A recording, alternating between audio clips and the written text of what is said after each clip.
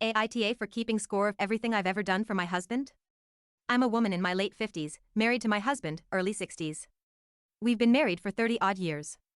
I have fulfilled the role of a traditional wife for much of our marriage, and I left paid work soon into our marriage. My husband is very successful in his business and we live comfortably.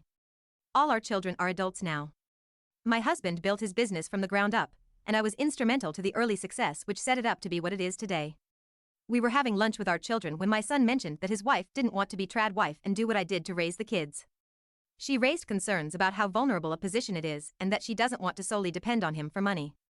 He wanted me to talk to her and convince her by telling her how it worked out for me. I said I understood where she was coming from, and being a housewife is incredibly risky and vulnerable, especially if he leaves her and she's been out of the labor force for a while. He countered that it had worked for his father and I because I trusted him as my husband to provide for me, and why couldn't his wife do the same? I told him I have a meticulous record of all contributions I have ever made to the family business, recently digitized with the help of my daughter, so that if the worst ever happened, I wouldn't be relying on the mercy of a man to feed myself. I told him I have made many contingency plans over the years to minimize the risk of being a housewife and compensate for my lack of pension and benefits I'd have had I not left the labor force. My son and husband were angered by this. Both said it showed a lack of trust, and my husband especially feels I've had one foot out the door our entire marriage and that my little escape plan included plans to shaft him of his business.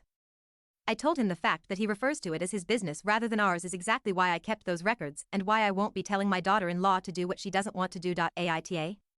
Note, I'm going away for a spa weekend with the women in my family this weekend, so I'm going to use that time to reflect and decide how to proceed.